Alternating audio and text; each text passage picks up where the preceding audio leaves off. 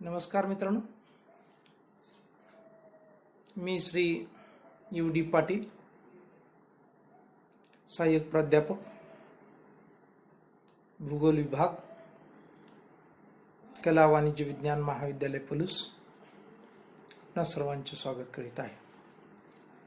BA भाग 1 semester 2 भूगोल paper number 2 मानवी भूगोलाचा आपण अभ्यास करीत आहोत. Syllabus of human geography introduced from June 2018. जून 2018 पासून या मानवी भूगोलाच्या अभ्यासक्रमाची आपल्याला ओळख झालेली आहे. आणि या अभ्यासक्रमामध्ये मित्रांनो 4 मॉड्यूल्स आहेत. Module first human geography, module second population geography, module third settlement geography, module 4 agriculture geography. मराठीमध्ये याला आपण प्रकरण क्रमांक 1 ह्यूमन जिओग्राफी म्हणजे मानवी भूगोल, मॉड्यूल नंबर 2 पॉप्युलेशन म्हणजे लोकसंख्या, मॉड्यूल नंबर 3 सेटल म्हणजे वसाहती, मॉड्यूल नंबर 4 ॲग्रिकल्चर म्हणजे कृषी. यापैकी पहिल्या मॉड्यूलचा आपण अभ्यास करीत आहोत. असं नाव आहे मानवी भूगोल विषय प्रवेश. म्हणजेच मित्रांनो module number first human geography या टॉपिकची किंवा मॉड्यूल फर्स्टची आपण सुरुवात केलेली आहे, ज्याला आपण मानवी भूगोल विषय प्रवेश किंवा मानवी भूगोलाची ओळख या नावानं या प्रकरणाला आपण ओळखतो. यामध्ये आपण मीनिंग, डेफिनेशन ह्यूमन जिओग्राफी, मानवी भूगोलाचा अर्थ आणि व्याख्या, नेचर ऑफ ह्यूमन जिओग्राफी म्हणजे मानवी भूगोलाचं स्वरूप, स्कोप ऑफ ह्यूमन जिओग्राफी म्हणजे मानवी भूगोलाची व्याप्ती, ब्रँचेस ऑफ ह्यूमन जिओग्राफी म्हणजेच मानवी भूगोलाच्या शाखा, आणि इम्पॉर्टन्स ऑफ ह्यूमन जिओग्राफी म्हणजेच मानवी भूगोलाचं महत्व. या घटकांचा समावेश ह्यूमन जिओग्राफी या प्रकरणामध्ये झालेला आहे. यामध्ये आपण definition of human geography, nature of human geography हे मुद्दे पूर्ण करून आपण स्कोप ऑफ ह्यूमन जिओग्राफी पाहत आहोत. आणि इथपर्यंतचा आपला जो प्रवास आहे त्याच्यामध्ये आपण पाहिलं की मानवी भूगोल म्हणजे काय. इरॅटोस्थेनिस यांनी ग्रीक भाषेतून जिओग्राफी ही संज्ञा घेतलेली आहे आणि ग्रीक जिओ आणि ग्राफिन या शब्दापासून हा जिओग्राफी शब्द तयार झालेला आहे. या गोष्टींची माहिती आपण भूगोल म्हणजे काय यामध्ये पाहिलेली आहे. त्यानंतर भूगोलाच्या आपण 2 शाखा, प्राकृतिक भूगोल, मानवी भूगोल यांचा आपण अभ्यास केलेला आहे. प्राकृतिक भूगोलाच्या पुन्हा 2 शाखा पडतात आणि त्यामध्ये असणाऱ्या उपशाखांचा परिचय आपण करून घेतलेला आहे. आणि त्यानंतर आपण मानवी भूगोलाची जी काही ऐतिहासिक पार्श्वभूमी आहे ही अगदी मानवी भूगोलाच्याही अगोदरच्या कालखंडापासून आपण ही ऐतिहासिक पार्श्वभूमी अभ्यासली. आणि यामध्ये आपण ज्याला आपण आधुनिक मानवी भूगोल म्हणतो तिथपर्यंतचा सर्व आपण ऐतिहासिक पार्श्वभूमीचा आढावा घेतला. आणि फ्रेडरिक रॅडझेल हे आधुनिक मानवी भूगोलाचे जनक असल्याचं आपण समजून घेतलेलं आहे मित्रांनो. यानंतर मानवी भूगोलाच्या जे काही व्याख्या आहेत या व्याख्यांचाही आपण अभ्यास केलेला आहे मित्रांनो. यामध्ये Ellen Semple, Huntington, White Warner, JHG Lebon, Jean Brunhes, Friedrich Ratzel यांच्या व्याख्यांचा आपण अभ्यास केला. त्यानंतर आपण मानवी भूगोलाचे स्वरूप, एकात्मिक स्वरूप, परिवर्तनशील स्वरूप, गतिशील स्वरूप, परस्पर संबंधात्मक स्वरूप यांचा आपण अभ्यास केला. आणि त्यानंतर आपण मानवी भूगोलाची व्याप्ती क्षेत्र किंवा विषय सामग्री आपण अभ्यासायला सुरुवात केली. आणि त्यामध्ये आपण मानवी भूगोलाच्या व्याप्ती संदर्भात काही भूगोल तज्ज्ञांनी पुढील प्रमाणे मते मांडली आहेत की मानवी भूगोलातील विषयांचे वेगवेगळे 3 भाग पडतात. त्याच्यामध्ये मानव व त्याचे सामाजिक जीवन, मानवाचा प्राकृतिक घटकांशी असलेला संबंध, सामाजिक व प्राकृतिक घटकांचा संबंध, अशा प्रकारे आपण काही तज्ज्ञांच्या मते मानवी भूगोलाचं जे काही अभ्यासाचं विभाजन आपण पाहिलं. त्याचबरोबर पहा की विडाल डी ला ब्लाश यांनी मानवी भूगोलाची जी काही 5 विभागात विभागणी केलेली आहे. लोकसंख्या, मानवाचे सांस्कृतिक जीवन, वाहतूक, पर्यटन, मानव जाती व शहरे याचाही अभ्यास केला आपण. आणि आपण मानवी भूगोलाची व्याप्ती जीन ब्रुन्स यांनी मानवी भूगोलाची 3 विभागात विभागणी केली. वसाहती व रस्ते, वनस्पती, प्राणी, शेती व पशुपालन, मृदा, वनस्पती, प्राणी व खनिजे यांचा अभ्यास, हे आपण सर्व व्यवस्थितरित्या अभ्यासलेला आहे मित्रांनो. आणि यानंतर आपण मानवी भूगोलाची जी काही व्याप्ती आहे, डिमॉन्जिया नावाची जी काही तज्ज्ञ व्यक्ती आहेत, या तज्ज्ञ व्यक्तींनी ही जी काही व्याप्ती स्पष्ट केलेली आहे ती 3 विभागात, मानवी भूगोलाची 3 विभागात विभागणी यांनी सुद्धा मित्रांनो केलेली आहे. जसं जीन ब्रुन्सने केली होती तशाच प्रकारची विभागणी डिमॉन्जिया यांनी सुद्धा ही विभागणी केलेली आहे. आणि या विभागामध्ये मानव, मानवाचे व्यवसाय व वसाहती या 3 मुद्द्यांचा याच्यामध्ये समावेश होतो. यामध्ये मित्रांनो आपण मानव म्हणजे काय, मानवाचे असणारे 3 गुण, सत्वगुण, रजोगुण, तमोगुण, किंवा आपण प्रकृती, संस्कृती, विकृती या प्रकारे आपण मानवाचा परिचय व्यवस्थितरित्या करून घेतलेला आहे. आणि त्यानुसार मानवाचं असणारं जे काही वैशिष्ट्य, या सर्व गोष्टी आपण मित्रांनो पाहिलेल्या आहेत. याच्यावरती अधिक आपण भाष्य करणार नाहीये. याशिवाय मानवाचे व्यवसाय या संदर्भात पण शिकार, मासेमारी, शेती, पशुपालन हे जे काही मानवाचे व्यवसाय आहेत हे प्राथमिक व्यवसाय आहेत. या प्राथमिक व्यवसायामध्ये आणखीन काही गोष्टींची भर पडते. त्याच्यामध्ये खाणकाम असेल, लाकूड तोड असेल, किंवा मध गोळा करणे असेल, किंवा इतर काही गोष्टी ज्याला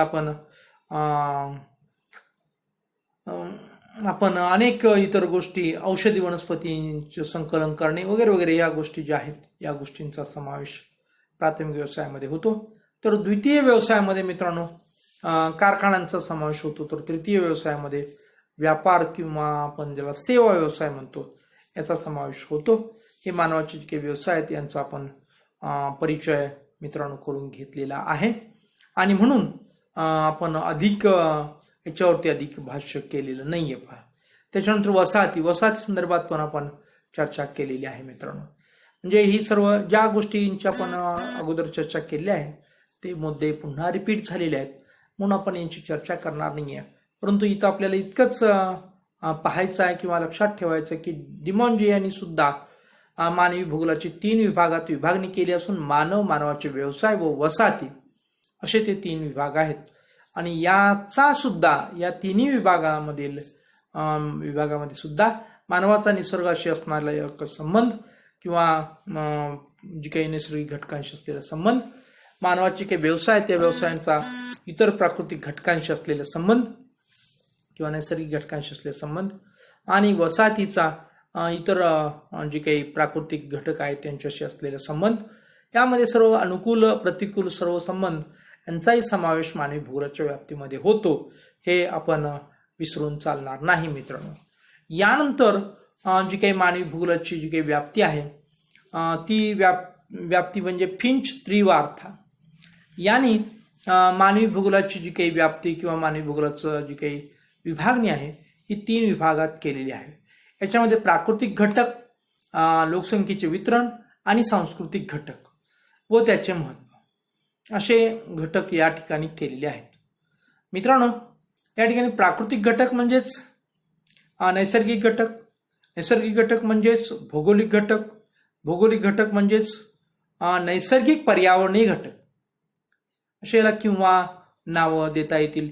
यामध्ये मित्रांनो कशाचा समावेश होतो हे आपण पाहिलेलं आहे की जसं भूरचना, हवामान यासारख्या जे काही नैसर्गिक घटक आहेत या नैसर्गिक घटकांचा समावेश होतो. मग त्याच्यामध्ये मृदा असेल, जलप्रणाली असेल, वनस्पती असतील, खनिजे असतील, या सर्व प्राकृतिक घटकांचा याच्यामध्ये समावेश होतो मित्रांनो.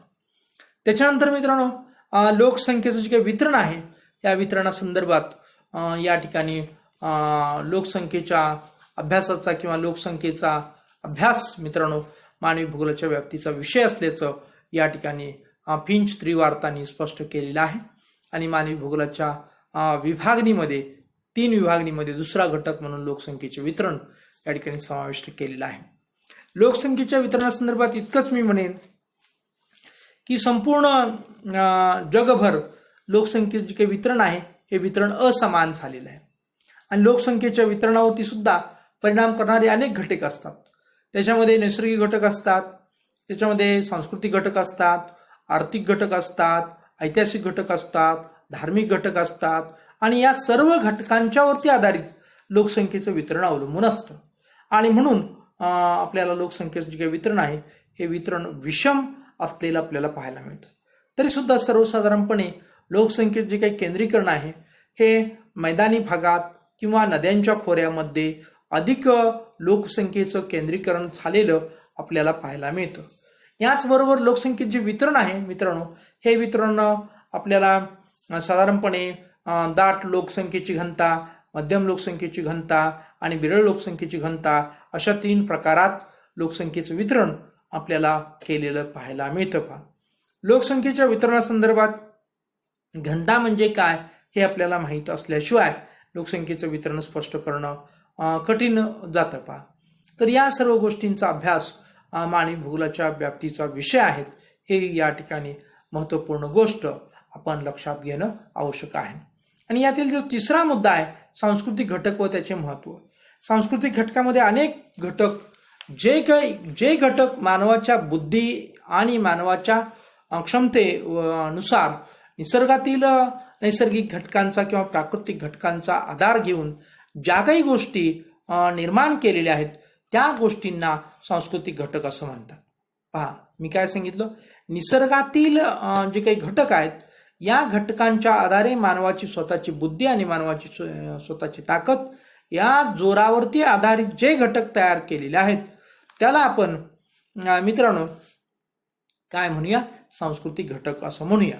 उदाहरणार्थ सांगायचं झालं तर धरणे आहेत, कालवे आहेत, विद्युत केंद्र आहेत किंवा वीज निर्मिती केंद्र आहेत, कारखाने आहेत, विविध कारखाने आहेत, वाहतुकीचे मार्ग आहेत या इत्यादी म्हणूया. किंवा आपण त्याच्यामध्ये शाळा, कॉलेजेस, दुकानं किंवा अनेक सेवा केंद्र यांचा समावेश सुद्धा मित्रांनो यामध्ये आपण करू शकतो. आणि त्यांचं महत्त्व सांगत असताना आपण विशेष करून मानवाच्या जीवन सुखकर करण्यासाठी किंवा जो काही त्या सांस्कृतिक घटकाचा रोल असतो हे आपण सांगणं अत्यंत महत्त्वपूर्ण असतं. आणि त्याचबरोबर त्यांच्या जी काही निगेटिव्ह बाजू किंवा दुसरी बाजू असते की त्या बाजूमुळं विशेषतः जी काही पर्यावरणीय ऱ्हास होतो त्याची दखल या ठिकाणी घेणं आवश्यक असतं. अशा प्रकार या सर्व गोष्टींचा समावेश मानवी भूगोलाच्या व्याप्तीमध्ये आपल्याला झालेला पाहायला मिळतो. याच्यानंतर मित्रांनो व्हाईट व रेनर यांनी मानवी भूगोलाच्या व्याप्ती संदर्भात काय सांगितलेलं आहे पहा की मानवी भूगोलाची 5 विभागात विभागणी केली जाते. याच्यामध्ये लोकसंख्या व त्याचे वितरण हा घटक आत्ताच आपण अभ्यासलेला आहे किंवा चर्चा त्याच्यावरती केलेली आहे. प्राकृतिक घटक त्याच्यामध्ये कोणते कोणते प्राकृतिक घटक येतात हे आत्ताच मी तुम्हाला सांगितलं. भूरचना, हवामान, मृदा, जलप्रणाली, वनस्पती, खनिजे इत्यादी. तर त्याच्यानंतर येतो मानवी वसाहती. मानवी वसाहत म्हणजे काय, त्याच्यामध्ये आपण पाहिलेलं आहे की अस्थायी मानवी वसाहत किंवा स्थायी मानवी वसाहत. स्थायी मानवी वसाहतीमध्ये पुन्हा ग्रामीण वसाहत, पुन्हा नागरी दुसरा प्रकार पडतो तो नागरी वसाहत. अशा सर्व गोष्टींची चर्चा आपण मानवी वसाहती संदर्भात केलेली आहे.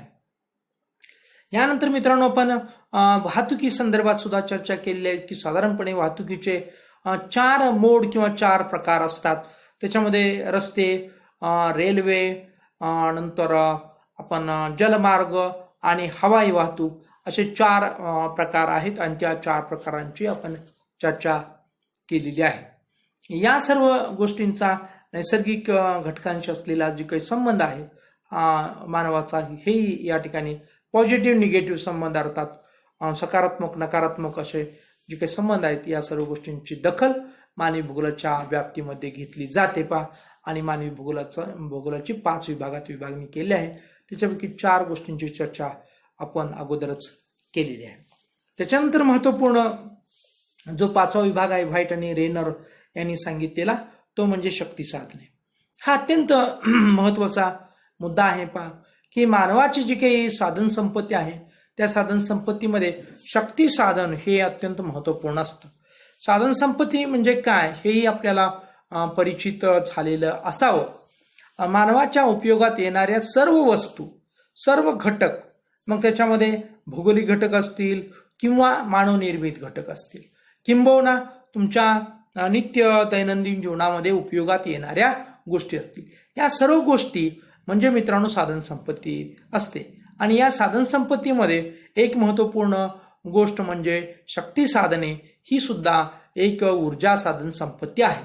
आणि या शक्ती साधनामध्ये मग आपण अनेक घटकांचा किंवा अनेक प्रकारांचा आपण समावेश करू शकतो.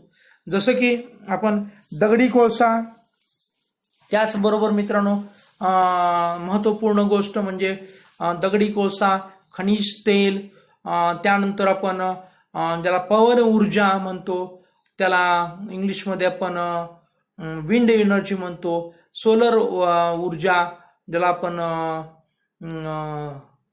सौर ऊर्जा मराठीमध्ये शुद्ध म्हणूया, सोलर एनर्जी इंग्लिशमध्ये म्हणूया. तर अशा प्रकारची जी काही शक्ती साधनं आहेत, या सर्व शक्ती साधनांचा समावेश आपण मानवी भूगोलाच्या व्याप्तीचा हा 5वा मुद्दा आहे. हे या ठिकाणी आपण लक्षात घेणं अत्यंत आवश्यक आहे.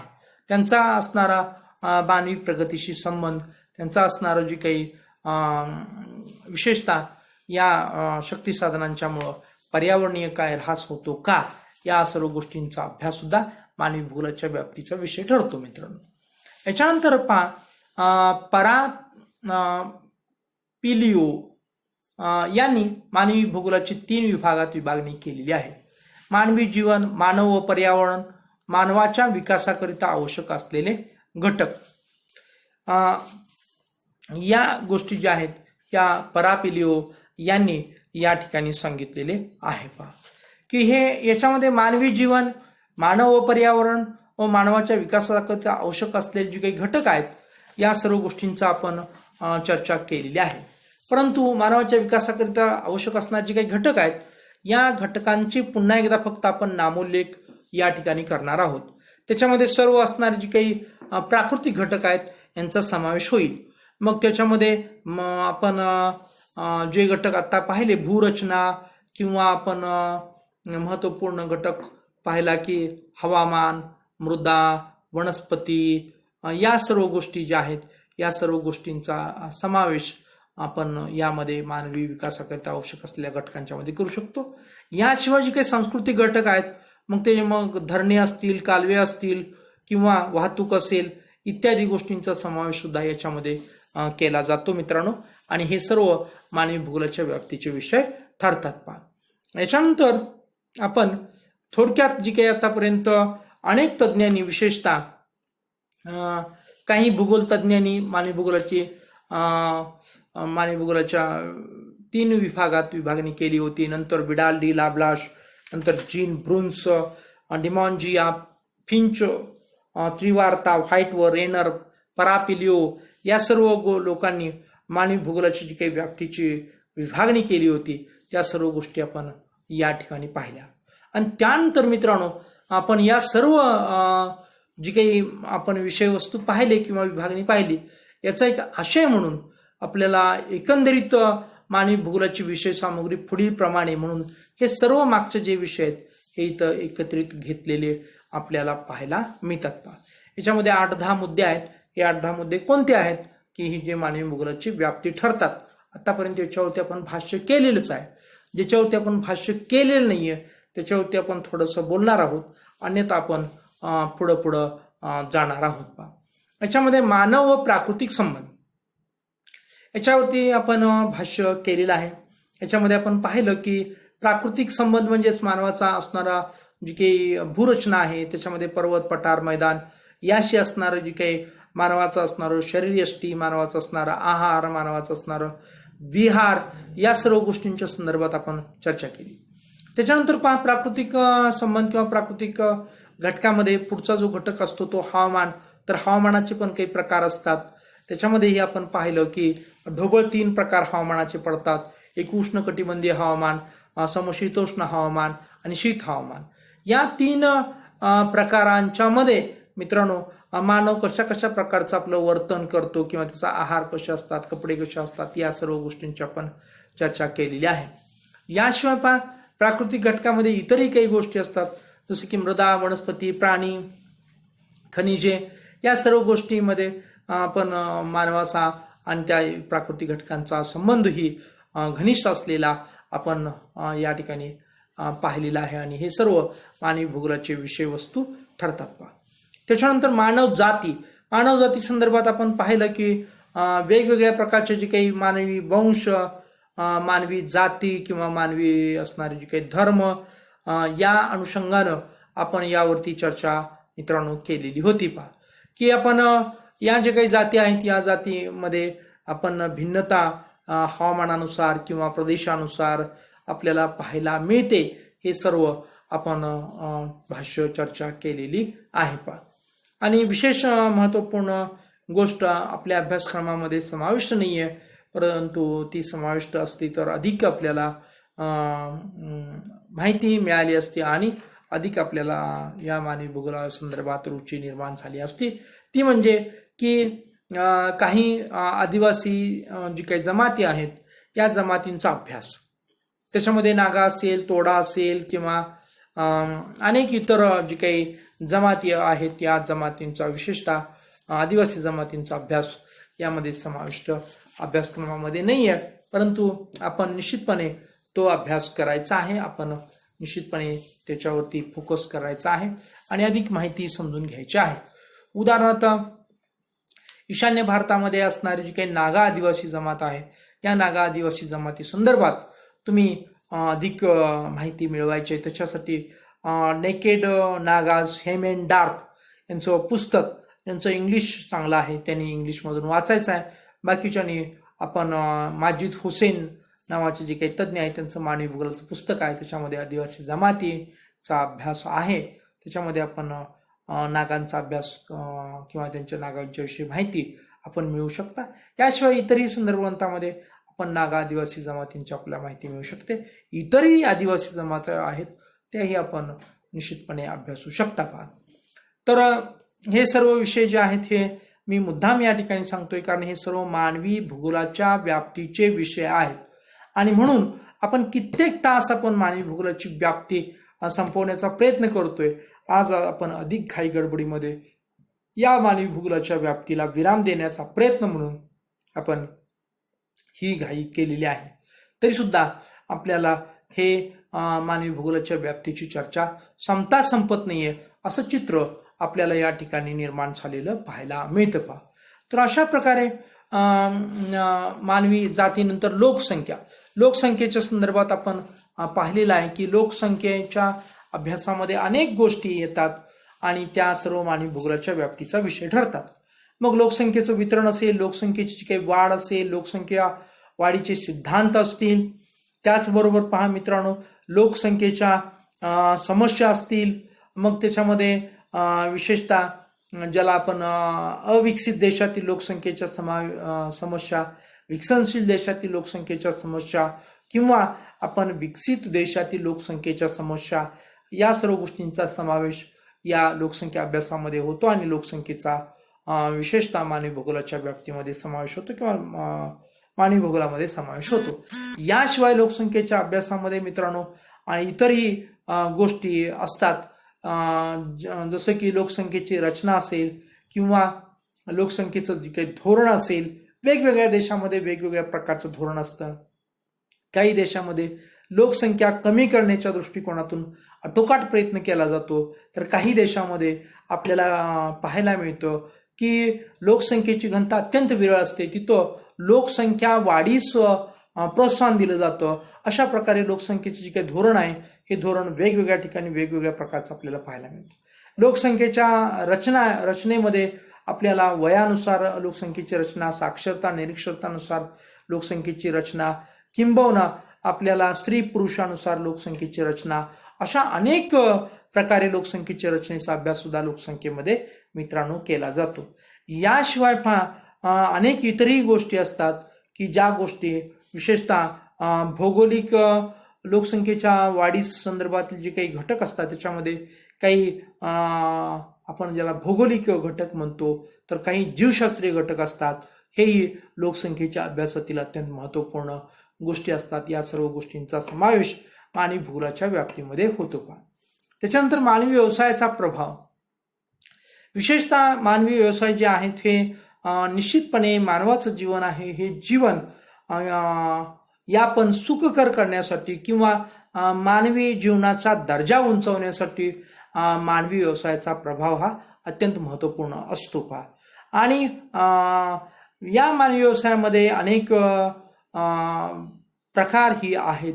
त्याच्यामध्ये प्राथमिक मानवी व्यवसाय, द्वितीय मानवी व्यवसाय, तृतीय मानवी व्यवसाय, अशा प्रकारचे मानवी व्यवसायाचे प्रकार आपल्याला पडतात.